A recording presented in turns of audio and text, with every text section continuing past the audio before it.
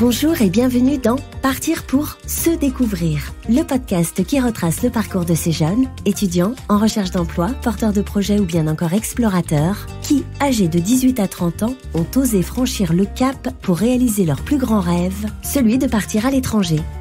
Du Canada, en passant par l'Espagne ou bien encore la Suède, Partir pour se découvrir vous amène aux quatre coins du monde, à la découverte de ces jeunes, qui ont décidé de prendre leur destin en main.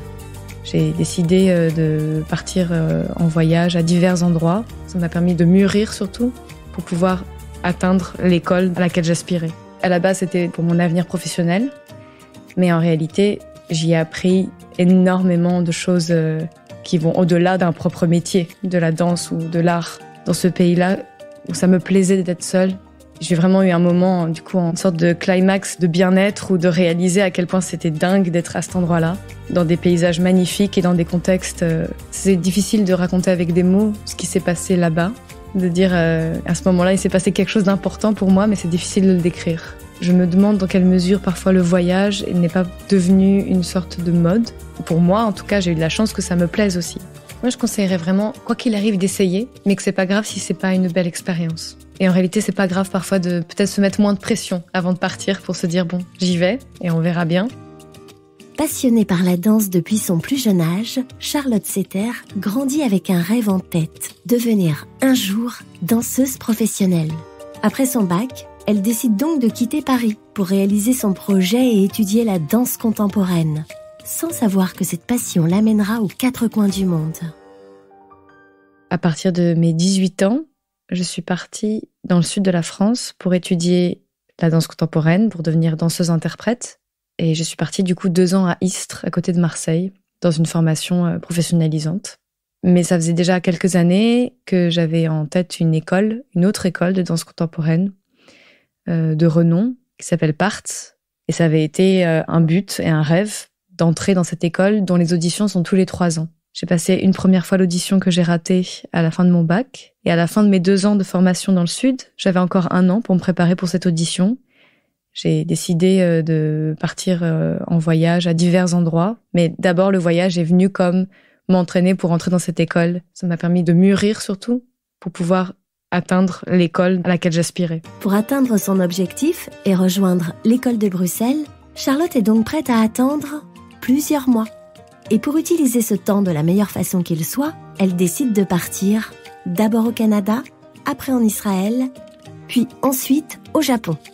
À la base, c'était pour mon avenir professionnel, mais en réalité, j'y ai appris énormément de choses qui vont au-delà d'un propre métier, de la danse ou de l'art. Quelqu'un qui a en tout cas marqué une manière d'appréhender le corps et le corps en mouvement et la danse.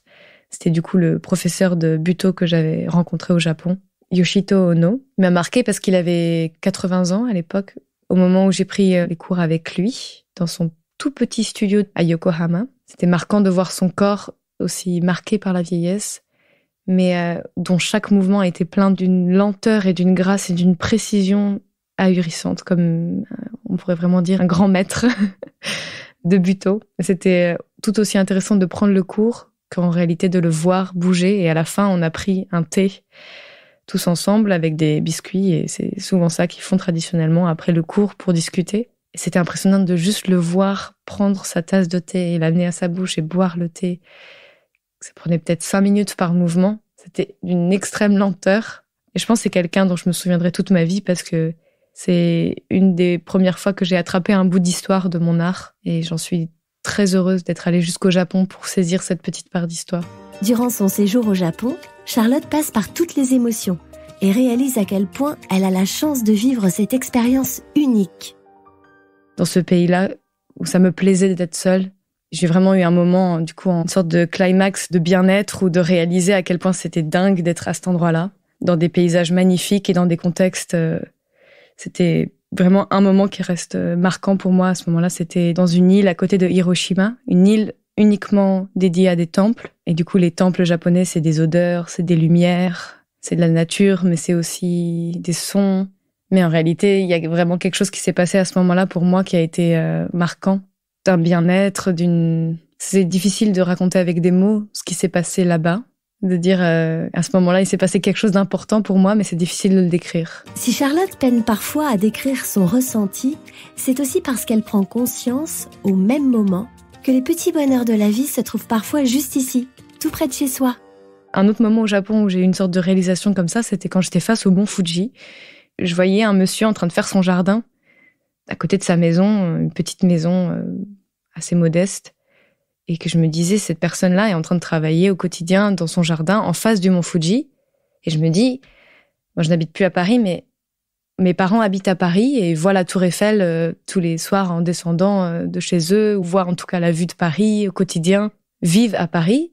Et il y a des Japonais certainement qui viennent de là-bas, qui font aussi des kilomètres comme j'avais fait pour aller au Japon, pour juste voir ce que nous, on voit au quotidien.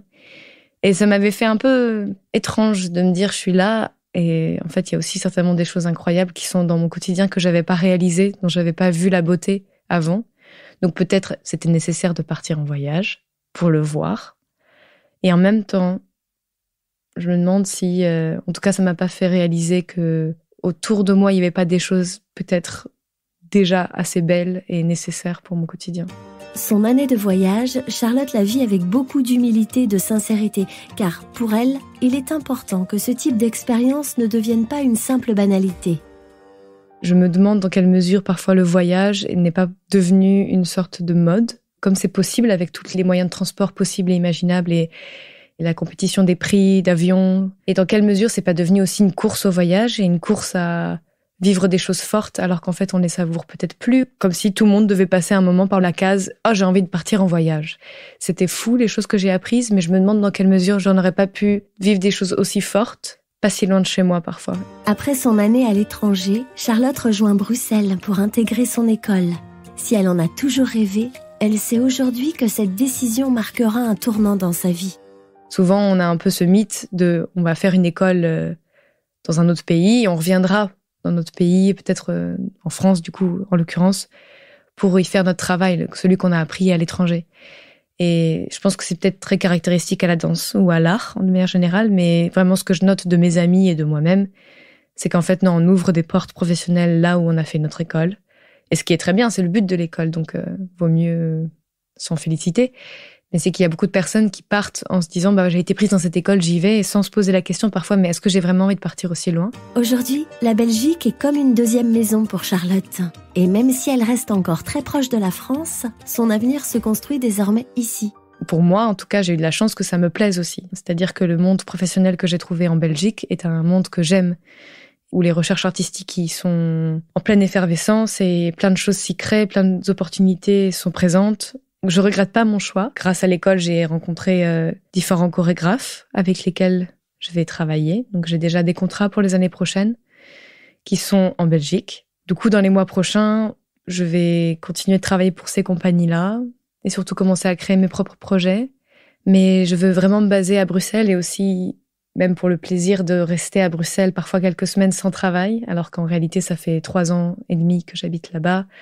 Et que ça a été toujours pour l'école, c'est-à-dire quand il y avait des vacances, je partais souvent de Bruxelles.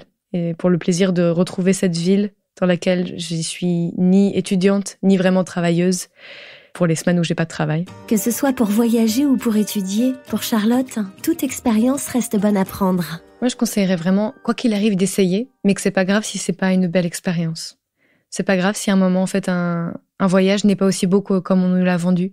On a peur parfois de rater des voyages, parce que c'est censé justement faire de grandes révélations et être des voyages magnifiques avec lesquels on part avec plein de beaux souvenirs.